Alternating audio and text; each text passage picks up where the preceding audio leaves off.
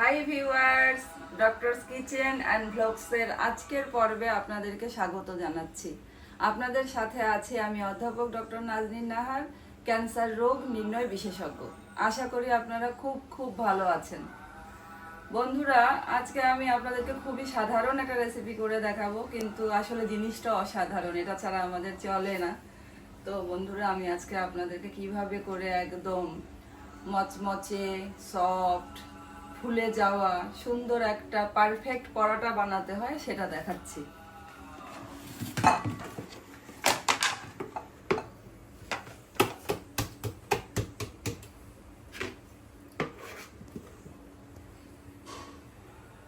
এক কাপ আমি এখানে 2 কাপ পরিমাণ প্রায় ময়দা নিয়ে নিলাম।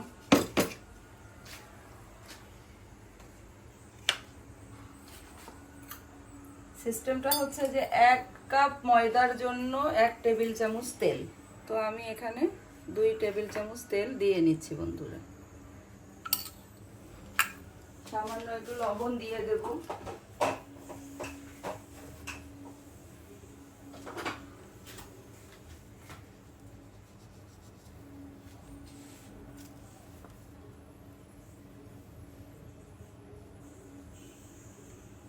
এটাকে একটু আস্তে আস্তে, তেল যদি বেশি হয়ে যায় পরোটাটা মানে মরমরে হয়ে যাবে, যে নেওয়ার সময় মনে হচ্ছে সিঙ্গারা যেমন ভেঙে যায় ওরকম হবে।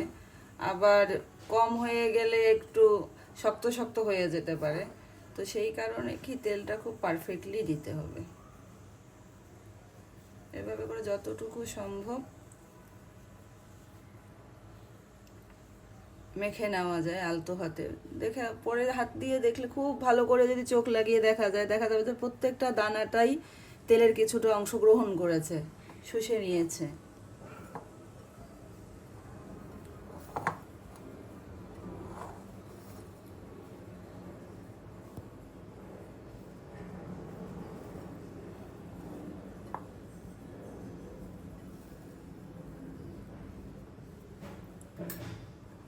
আমি আর সামান্য একটু তেল দিব, সামান্য, আর 1 চা চামচ হবে।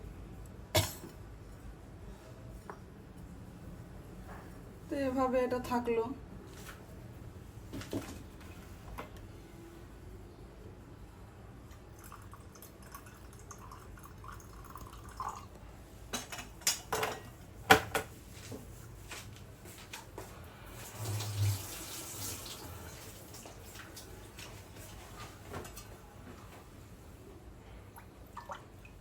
বন্ধুরা, এখানে আমি একটু সামান্য হালকা গরম পানি, হালকা বলতে একদমই জাস্ট রোদে রাখলে যেমন হালকা কুসুম একটা গরম ভাব হবে সেই রকম, এর চেয়ে বেশি না, মানে জাস্ট জিনিসটা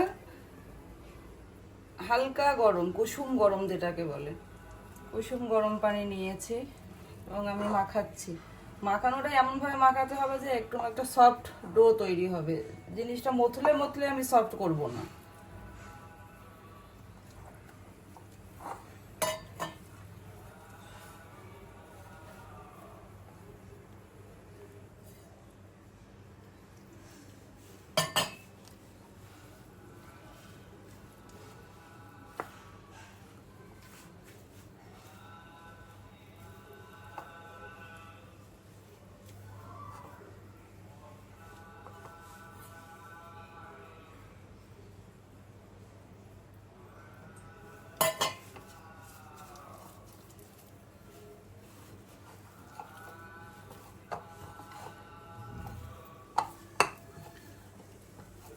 এটাকে ইচ্ছা মতন এখন একটু, পরোটার ডো তৈরি করাটাই তো আসল খেলা, আসল এফিসিয়েন্সি, আসল দক্ষতার ব্যাপার।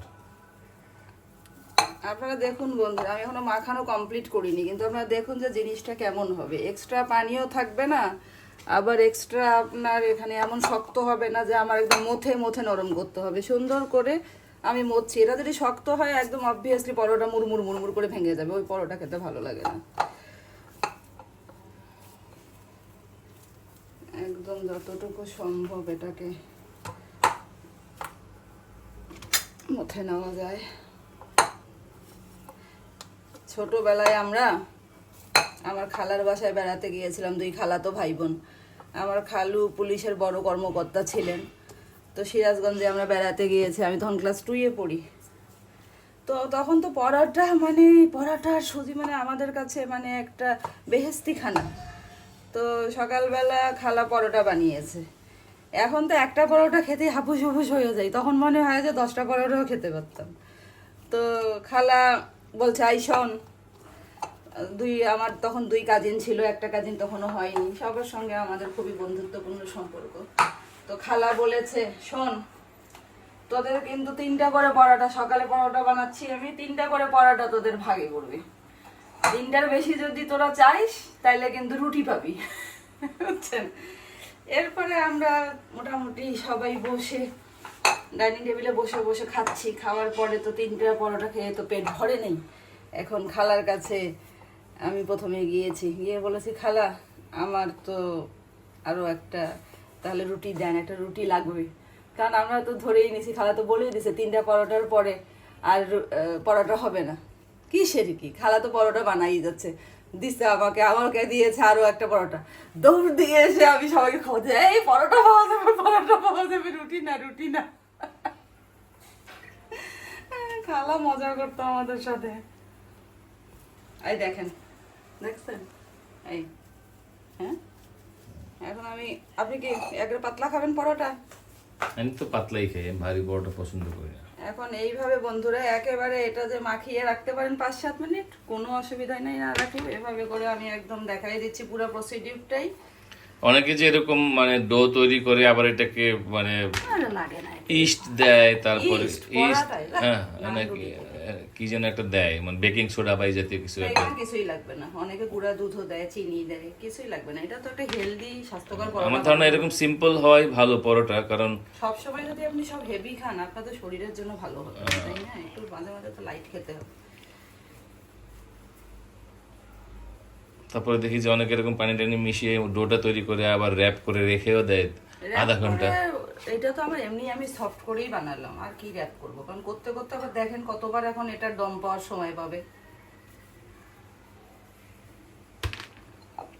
তার মানে বোঝা গেল যে বিভিন্ন রকম পদ্ধতি আছে পরোটার ডো ইয়ে করার, প্রিপেয়ার কেউই করার। ভুল না, সবাই সবার জায়গায় হয়তো বা ঠিক, আমি একটা ইজি পদ্ধতি দেখাচ্ছি।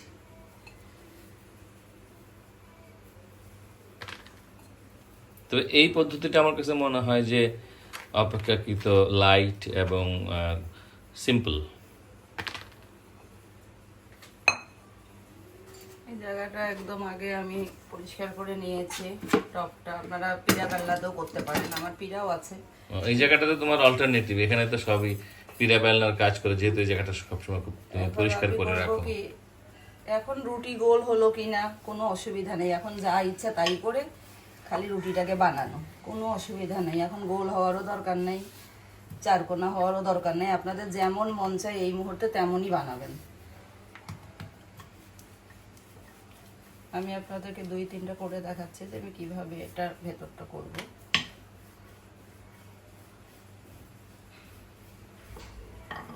দেখুন বন্ধুরা, এখানে সামান্য একটু তেল, সামান্য 1/4 চা চামচ হবে।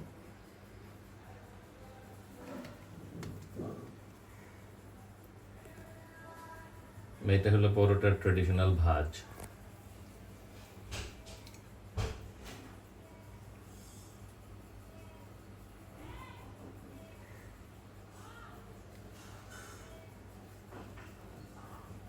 হ্যালো, এইভাবে আমি প্রত্যেকটা বানিয়ে নেব। 3টা বানানো দেখাই, ঠিক আছে? বাকিটা তারপরে স্কিপ করে আবার এখন ফিরে আসবো। করতে সময় লাগবে না, করতে তো খুবই কম টাইম লাগে। তারপরে ভাজাটা দেখাবো, বানা দেখাই একেবারে ভাজা। আমি একটু চেষ্টা করি কম ময়দা এই সময়টা দিতে, এই জন্য একটু হয়তো বারবার ঘোরাঘুরি করা হচ্ছে। আর ময়দা তো একটু বেশি দিলে একবারই এটাকে যা ইচ্ছে তাই বানানো যাবে। খুব বেশি একেবারে বড় করবেন না, ভেতরে তেলও খুব বেশি যাবে না।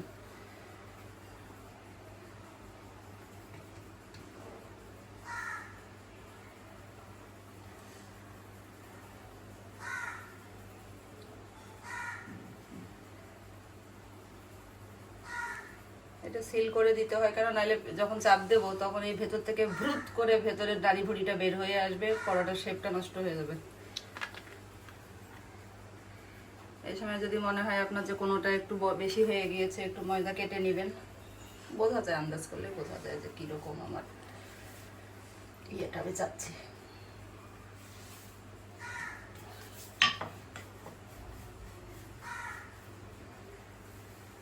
লাস্ট যেবার ইউএসএ গেলাম, আমার ননদকে আসার সময় আমি 100 পিস পরোটা বানিয়ে দিয়ে এসেছিলাম ডিপ ফ্রিজে প্রিজার্ভ করে। পরোটা খুব পছন্দ করে বেচারি, সময় পায় না তো, বাচ্চাগুলো ছোট ছোট ছিল। আসলে ওখানকার লাইফ আমাদের এই ঢাকার মতো তো না। আমরা যারা ঢাকায় থাকি আমাদের তো নানাভাবেই সাহায্য করার জন্য লোকজন থাকে, ওদের তো একাই সব করতে হয়। আর আমার ননদ তো অতিরিক্ত পরিষ্কার পরিচ্ছন্ন, গোছানো না, কোনোটাই তো শেষ না করা পর্যন্ত সে ক্ষান্ত দিতে পারে না। যাক, আল্লাহ রহমত করুক তার উপরে। তো এগুলা তৈরি করে ফেলি, তারপরে দেখাই। চৌধুরী সাহেব, এটা বানানো হয়ে গেছে। আপনাদের ভাইয়ার গুরুত্বপূর্ণ ফোন এসেছিল, ফোন আসতে আসতে আমার বানানোই মোটামুটি হয়ে গেল। যাই হোক, অসুবিধা নেই, পরেরটা দেখাচ্ছি। এইখানে একটু জিনিসটা হালকা করে এইভাবে করে নিয়ে এখন চেষ্টা করবেন একটু আলতো হাতে পরোটাটা বানাতে, খুব বেশি প্রেশার না দিতে। যে এয়ার বাবেলগুলো ভেতরে ক্রিয়েট হয়েছে, বেশি প্রেশার দিলেও এয়ার বাবেলগুলো তো পুরোটাই লস্ট হয়ে যাবে। এবং চারপাশে যাতে একই থিকনেসটা হয়, ঘনত্বটা হয়, পুরুত্বটা হয়, যে একদিকে মোটা হয়ে গেল একদিকে চিকন হয়ে গেল, তাহলে তো ভালো লাগবে না। আর খুব বেশি তেলও যেন এটা থেকে বেরিয়ে না পড়ে, যদি বেরিয়ে পড়ে তাহলেও কিন্তু পরোটাটার করে দেখেন এদিক দিয়ে কি বাইরে থেকে কি তেল দেখা যাচ্ছে, বাইরে থেকে তেল দেখা যাচ্ছে। কিন্তু যদি হয়তো যে এটাই তেল জুবজুবা দেখা যাচ্ছে, তাহলে ওই পরোটাটা কিন্তু আপ টু দ্য লেভেল হবে না।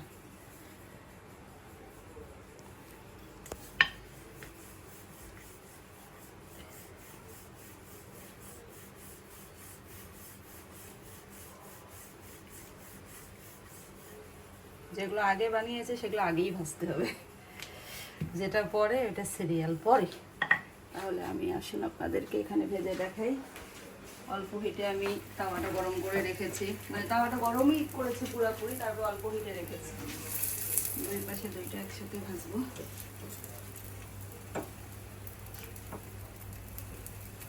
দুইটা ভেজেছি, সৌহার্দ তো খাবে বলতেছে, আমাদের খা। Started already? দিলাম তো আব্বু।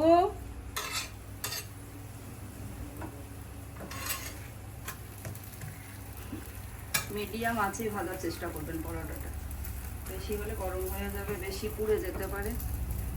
আপনি দেখলেই বুঝবেন যে কি পরিমাণ আপনাকে তেল দিতে, কোনো অসুবিধা নেই।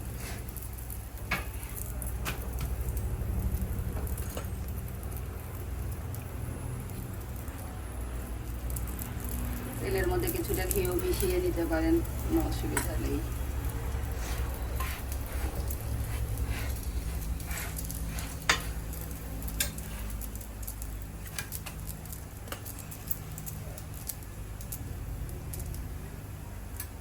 হিটটা একেবারে হাই হিটে থাকবে না, একটু হাইয়ের চেয়ে নিচে, মিডিয়ামের চেয়ে একটু উপরে রাখতে পারেন। দেখুন, দেখান দেখান, না দেখালে হবে।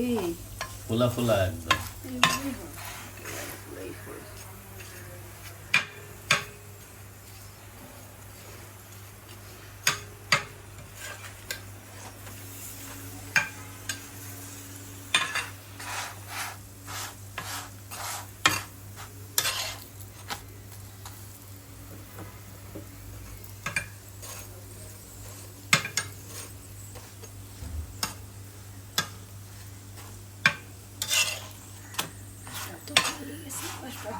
চুলার কি চাল আবার কম নাকি না?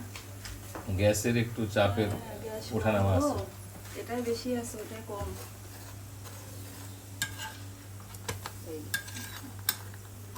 হয়ে গেছে, ইট ইজ ডান।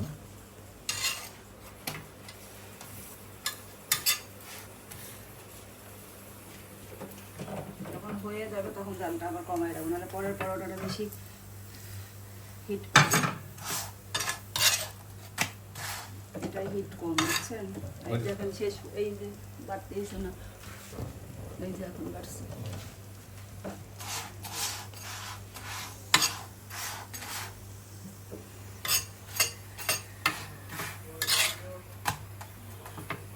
ওইদিকে এই পরোটাটার সাইডগুলো মনে হয় মানে হিট পায় নাই। এটা কোনো অসুবিধা নেই, ঠিকই আছে। এটা ভাজি তাইলে কি হবে, এখন হিট আছে ভালো।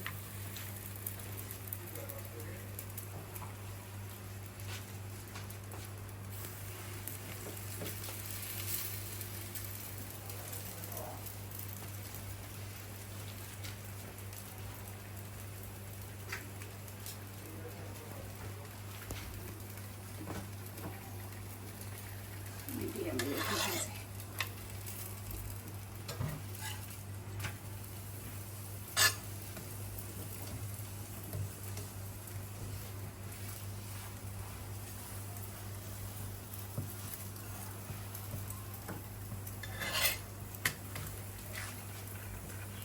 এখন ঠিক আছে।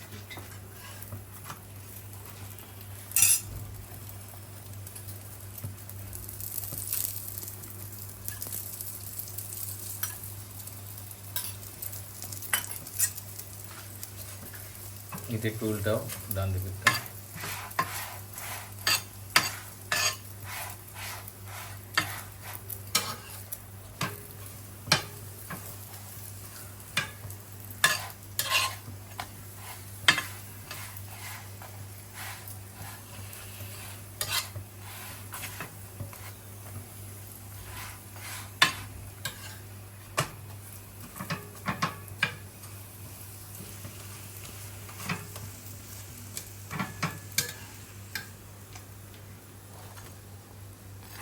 এটার হয় কি, এই কর্নারে তেলটা কেন যেন স্টার্ট হয়ে থাকে এই তাওয়াটাই।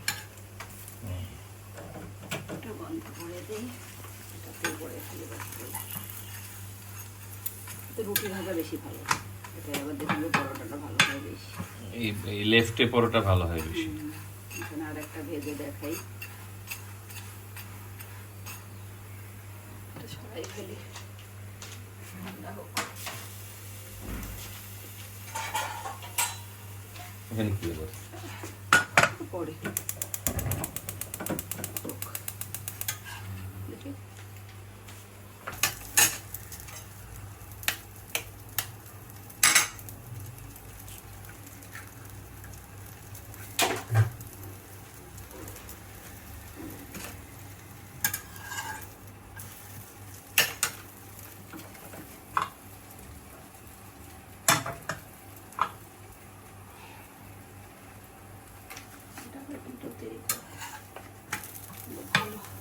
এই ইয়েটাই বেশি ভালো পরোটা বা কিছু ভাজার জন্য। খুলে গেছে, তেল দিতে হবে।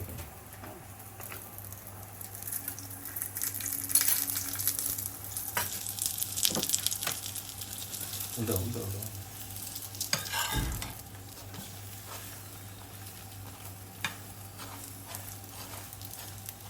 অল্প জালে আসছে, সমস্যা নেই।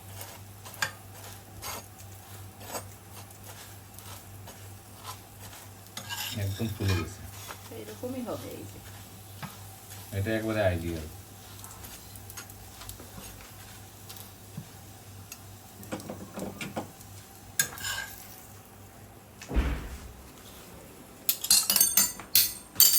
টুং টুং চলবে, রান্না জমবে, না হলে তো রান্না জমবে না। তেল বেশি হয়ে গিয়েছে, হতে পারি, তো কোনো অসুবিধা নেই। ডিম পোস্ত খাবেন না? হ্যাঁ, সৌহার্দ্য কি খাবে ডিম পোস্ত? সৌহার্দ্য, আব্বু ডিম পোস্ত খাবা? হ্যাঁ, ডিম পোস্ট খাবে নাকি?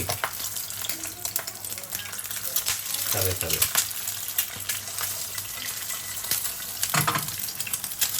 সুন্দর হয়েছে।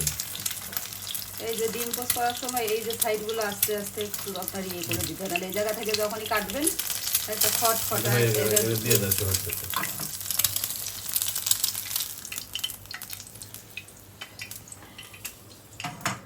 চমৎকার ডিম পোচ। আপনারটা করি এটা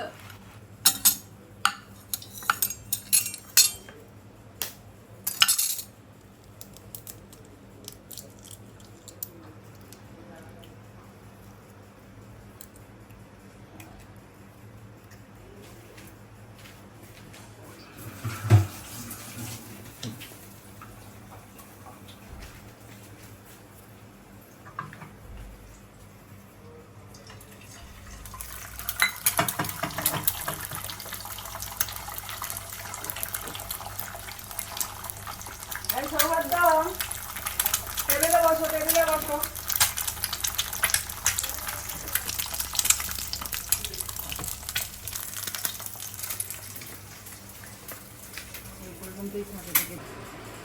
তো বন্ধুরা, আমার পরোটার আয়োজন মোটামুটি শেষ। আমি সাধারণত টেবিলে বসে একটা একটা করে ভেজে দেই, তো মোটামুটি একসাথে ভেজে ফেললাম তাড়াতাড়ি করে। সাথে একটু খাসির মাংসের মাথা ঝোল করেছি, সাথে রসগোল্লা আছে। কোথাকার রসগোল্লা এটা? এইটা আমার শাশুড়ি নিয়ে আসছে, আদর্শ মাতৃভান্ডার, ব্রাহ্মণবাড়িয়া। এটা কিন্তু একটা ব্র্যান্ড। আর ডিম পোস্ত আছেই বন্ধুরা। তো আশা করি পরোটাটির রেসিপি আপনাদের খুব খুব ভালো লেগেছে। বাসায় ট্রাই করবেন, নিজেরা সবাই মিলে এনজয় করবেন। আমার চ্যানেলটিকে সাবস্ক্রাইব করবেন, ভিডিওটিতে লাইক দিবেন এবং আমার সাথেই থাকবেন। খুব খুব ভালো থাকবেন সবাই। আল্লাহ হাফেজ।